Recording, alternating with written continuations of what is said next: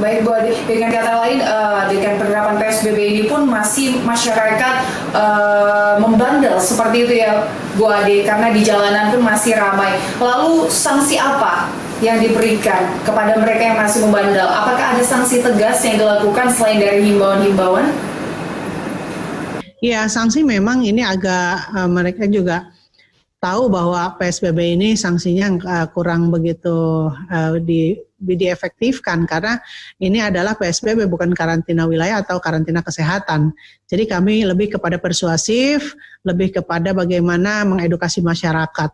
Nah, tapi kami juga melihat situasi di bulan puasa ini juga semakin ramai di sore hari, jadi kami juga minta ketegasan dari para petugas kalau memang perlu dibubarkan misalkan dengan cara-cara yang memang agak lebih dihalau lah gitu, ada dihalau agak lebih keras ya silakan asal tidak kontak fisik begitu.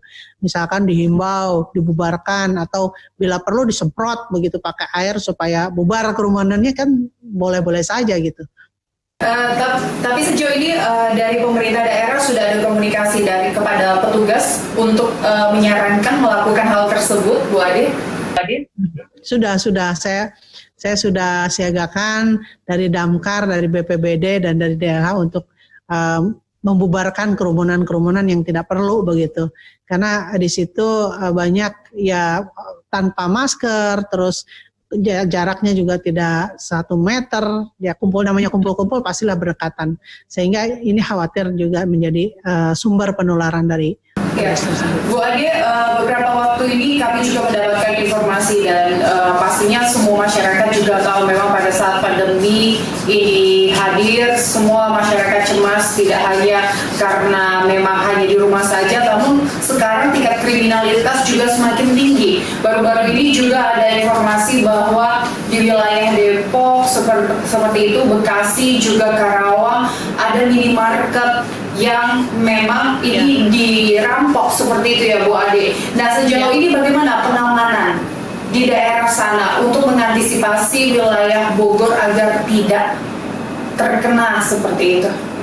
Iya, yang pertama kami mengeluarkan surat edaran yang ditujukan kepada camat di seluruh Kabupaten Bogor dan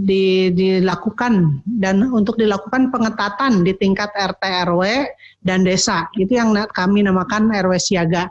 Dan di kami juga kan ada gugus tugas ya. Di gugus tugas ini tidak hanya kabupaten tapi juga di kecamatan dan di desa. Dan untuk RT RW itu ada RW siaga. Nah, untuk supaya ini juga maksimal, PSBB ini maksimal, jadi mereka juga harus bisa memantau pendatang. Khawatir kan ada pemudik yang diam-diam dan lain sebagainya. Jadi kalau ketika ada pendatang, bagi yang punya rumah khusus karantina pendatang, disimpan di karantina pendatang. Tapi bagi yang tidak, diwajibkan untuk mengkarantina diri sendiri di rumahnya masing-masing. Jadi dengan diawasi oleh petugas kesehatan atau puskesmas. Lalu mengoptimalkan juga RT RW untuk jaga kampung. Jadi ada siskamling dioptimalkan lagi dan juga 1 kali 24 jam tamu harap lapor. Takutnya ada tamu yang diam-diam begitu. Dan dengan melaksanakan ronda malam. Karena sekarang ini banyak kejahatan ya, lalu warga juga harus tetap di rumah dan kami berlakukan juga pembatasan buka untuk supermarket. Jadi biasanya supermarket itu tutupnya jam 22, tetapi di masa PSBB ini kami berlakukan tutup bukanya mulai jam 8 ya, jam 8 sampai jam 15 atau jam 5 sore. Untuk supermarket jam 9 sampai jam 18 sore. Jadi ini juga untuk mencegah supaya tidak ada kejadian-kejadian yang berakibat ya tidak baik untuk masyarakat seperti perampokan dan lain sebagainya.